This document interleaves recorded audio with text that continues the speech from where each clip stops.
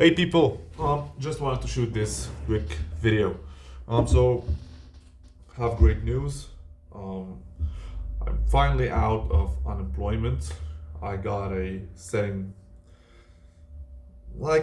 job opportunity with Charlie Morgan's Imperium Acquisitions. So that's very good news. My first ever legit offer I'm gonna be working on, and that's a great opportunity for me. Guys are making more than 8 figures a year probably, and they have lots of leads, they give lots of value, really great people, unlike last couple of companies that I worked for, although I'm grateful for it because a lot of people are against um, working for those shitty offers. But you know what, you learn, you learn. And I think having success later on is actually better because you know why you succeed and you know what not to do. And I think that's teaching was what not to do is sometimes a lot more important than what to do, because sometimes you do this, do that, and you come across those obstacles that you do not know how to handle, and you basically succeed early, become deluded, think you're the shit, or you just got lucky. And yeah, that's why people say it takes 10 years to do this, it takes 10 years to do that, and it's true. I'm also a big believer in that. I've been going to the gym for about 5 years now, and I've only just realized that I just need to forget about body fat for a bit and bulk up. And I've been stuck in between 90 and 93 kg for the last year and a half, 2 years, and in 1 month I managed to add in 6 kilograms of body weight, which include a little bit of fat, obviously, but still putting on a lot of muscle, and it's all thanks to Nick Perry. So he teaches how to grow your wholesaling business, and anyway, he gave me the advice, and I actually got an opportunity to work with him. Um,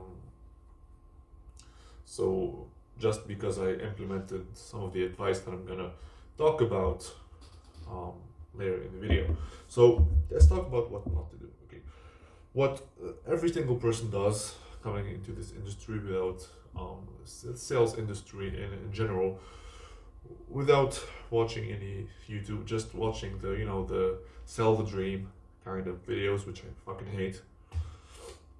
I'm gonna be honest, the Iman Gadzis of the world, people who have a big audience. So, which means, I want to talk first before I move to that. Something I realized very recently is, if you studied business, they teach you the offer and demand curve, and which explains that when the offer rises,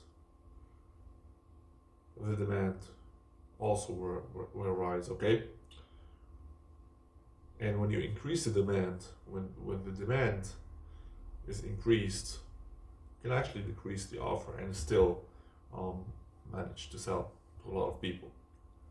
Okay, so basically, when someone is famous on social media, um, people trust him because he has social proof. So what they are selling might not provide that much value, and they sell it for a high price, for a high ticket price, because they are trustworthy people, because they're famous. So, which means they can give you things that might not work, or that work but are outdated or whatever, and they can get away with it. Why? Because they have social proof. Um, and again, so what I learned with this is, if you're looking to learn a skill, learn something, always go for the not the most famous people, not the people who have the more following, or if you're gonna do that, just try to look for their oldest shit, especially when it comes to content that is related to business, fitness, whatever. Because at that level,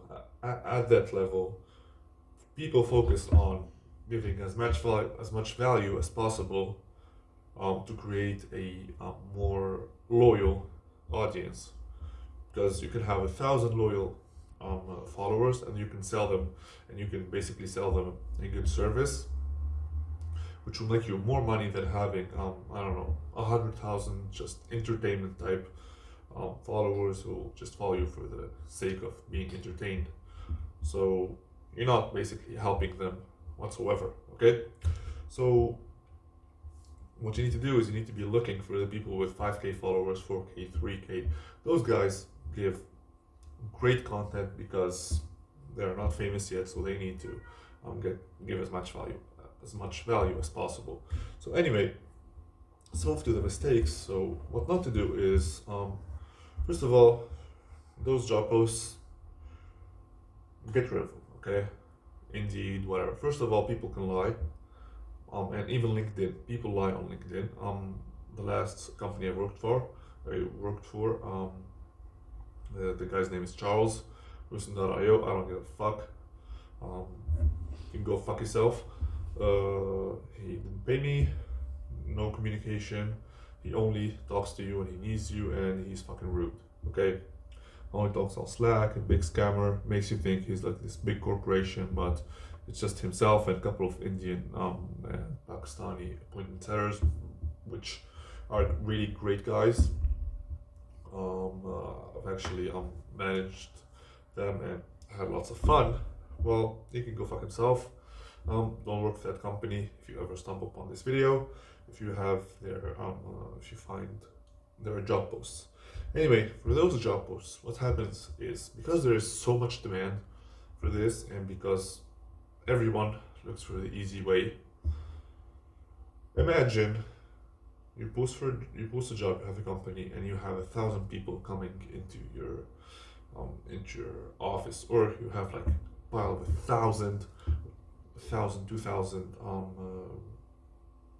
CVs. Will you look through all of them? Probably not, right? So what you're doing is you're basically going in. And as I told you, when the demand increases, the offer will decrease. Okay, so there's lots of demand. Basically, with all the Indians that, I'm sorry if I'm being racist, but they just fucked up the market, and they are okay with getting paid as little as possible. Going into these job posts is basically you're playing a losing game, okay? And you will find the shitty companies. They don't have social media following, they don't have enough leads, they're not established, and they will offer you a dream. You're gonna be making this, that, this X commission, Y commission, while they expect you to cold call, to close, this and that, and you'll learn from this. You will learn. Never be scared of putting in the effort, even if you don't get paid, because we're all learning. And when you have a skill, even if you lose all your money, you can build it back up because you have that skill. Because skills are the most valuable asset you could basically have. Anyway, so that's the number one thing. Do not apply for these job posts. You can, but if you want to basically not get paid, which I don't think you want to, okay? Next is reaching out to the business owners with scripted videos, messages, outreaches, whatever. So here's the problem with reaching out to the owners. First of all, most people, now the smartest thing to do is, if you're going to be setting or closing, you want to look for the companies with a social media following. They have quite a bit of traffic going into their websites, okay? And generally, if you're going to reach out, let's take a business coach, for example. There's a high probability that he isn't the one in charge of responding to the messages, and he has an appointment setter taking care of that, because they have so many leads coming in, especially if they have pretty decent following. So reaching out with a scripted messaging that's repetitive that you got from a video from YouTube, which has 100,000 views, which means that that script um, has been used thousands of times, and just imagine 1,000 people coming into your office and telling you the same thing. You'll get sick of it. It's gonna be annoying. So just do not do that. Or even if you're gonna get a script, you can add your own touch to it, but you're gonna have to go high volume. Whether it's gonna do reach outs on Instagram or whatever. And third thing is do not neglect your Instagram profile or social media profile that you're gonna be doing outreach with. Um, People want to talk to real people, so upload a couple of cool pictures. Maybe you traveled, just a couple of cool pictures, some content, something, just to make yourself seem like a legit and something that tells a post that tells things, post things that tell things about yourself. So I can see that this is a real person who might be interesting. Okay, so that's worth having a discussion with and not a bot. So that's what you should not do basically. Those three things. You can do them, but it's gonna take a lot longer to get a job and not guaranteed to get the job that you would like to get and to get paid as much as you want. And you either have two options: get an easy job, get paid a lot less, but you learn. Put in the effort, invest into your education, even as little as possible. But you always find great sauce in like cheap courses, or not too cheap, but $100, $80. You can go for coaching if you want. You want to go my way and just try to learn everything on your own and invest as little as possible because you are fucking broke. Okay. So now what to do is network and build rapport. Okay. So with the guy Nick, what I did was, he was posting a story. He's huge. He's fucking huge. He benches like, I don't know, incline dumbbells, 120 pounds. It's crazy, crazy. I've never even seen 120 pound dumbbell in my life. So I just asked him, hey bro, you're massive. Can you give me some advice? I've been stuck this weight. So we talked fitness a little bit. Was thankful for him. And just a genuine conversation.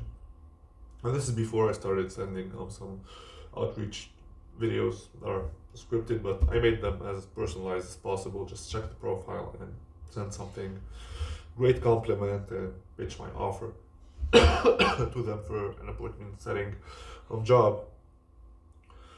So basically, the guy now knows me. Okay, it's funny. Get throw in a joke here and there, comment on his videos, all these things. But do it genuinely. Do it because you're interested in the person. Do it because you like the person. So, and we all want to work for people we like. No one wants to work with a boss that he fucking hates. Even if you get money, still gonna hate your job. So it's a win-win situation here. So my next step, I'm also learning how to network, and that's what the next video is going to be about. But for now, on Instagram, if you're going to be talking to the owners, at least build a genuine connection with them, see if they're interested in talking to you, and then you could shoot your shot. And he actually told me that he's interested in hiring a setter and everything, and we're talking through it. Will be I might leave him for maybe if I want to add in another job or something, but as you can see, that's how you make it work. Same thing with this job with William. He's the partner of Charlie, and I was friends with him on Facebook, and he posted on his Facebook feed that he needs a setter. Sent him a message, and we connected. This was in December, and he got back to me in January, yesterday. So yeah, happy days. Anyway, that's it. Have a great day. I need some fucking water.